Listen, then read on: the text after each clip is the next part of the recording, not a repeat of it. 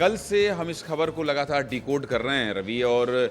2 पन्ने का ये जो नक्सलियों का एक युद्ध विराम का लेटर है, ये लेटर केवल 2 पन्ने का नहीं है। रात भर नींद नहीं आई है और अब अभी हम और आप ऐसा लग रहा है कि जैसे सो उठ कर आएँ, और सच्चाई यही है कि सो उठ कर आएँ, क्योंकि आज की सुबह एक बहुत बड़ी खबर लेकर आई है। और मुझे लगता है कि आज प्रधानमंत्री नरेंद्र मोदी का जन्मदिन है रवि, और कल या परसों एक ऐसी बैठक भी हो रही थी छत्तीसगढ़ में जिस खबर को हम लोगों ने ब्रेक किया था, और वो खबर ये थी कि प्रधानमंत्री का छत्तीसगढ़ आगमन हो रहा है। और कुछ लिहाज से इसको देखिए, कहते हैं ना कि आप किसी भी खबर के पीछे की खबर को समझने की कोशिश कीजिए। मुझे लगता है कि प्रधानमंत्री नरेंद्र मोदी के इस जन्मदिन के मौके पर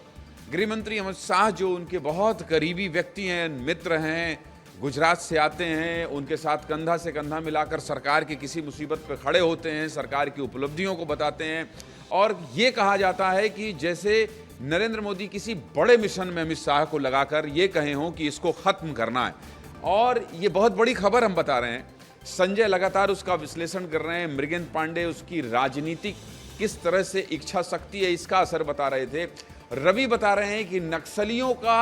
जो खात्मा है वो स्टेप बाय स्टेप कैसे हुआ है। विस्तार न्यूज में एक एक खबर हर दिन दिखाते हैं। नितेश ने ग्राउंड रिपोर्टिंग दिखाई, और रौनक सिवहरे जिसकी तारीफ कल गृह मंत्री डिप्टी सीएम विजय शर्मा भी कर रहे थे। तो मैं इन कड़ियों को इसलिए जोड़ रहा हूं ताकि विस्तार न्यूज के दर्शकों को यह समझ में आए कि अगर विस्तार न्यूज के सहयोगी रात 2 बजे तक जग रहे हैं और सुबह फिर 7 बजे से इस खबर पर हैं, तो ये बहुत बड़े दिवाली का वक्त है, ये बहुत बड़े उत्सव का वक्त है। और इसलिए मुझे लगता है कि आज छत्तीसगढ़ का कोई भी वो व्यक्ति रात को नहीं सोया होगा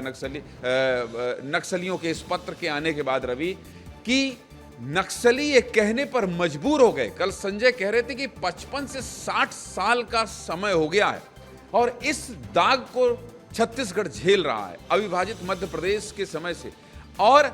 अब जब ये पत्र आया है तो ये पत्र युद्ध विराम का सिर्फ निर्णय लेकर नहीं आया है, बल्कि छत्तीसगढ़ से एक बहुत बड़ा दाग जो लगा है वर्षों से। सुबह सुबह मैं इसकी बात नहीं करना चाहूंगा, लेकिन ये बहुत बड़ा सच है कि न जाने कितने लोगों का खून बहा है। और मुझे लगता है कि अगर जैसा डिप्टी सीएम विजय शर्मा ने कहा विस्तार न्यूज से कि अगर इस पत्र की सत्यता की पुष्टि होती है तो फिर जो कंडिका में जो नियम है उसके आधार पर आगे बढ़ेंगे रवि।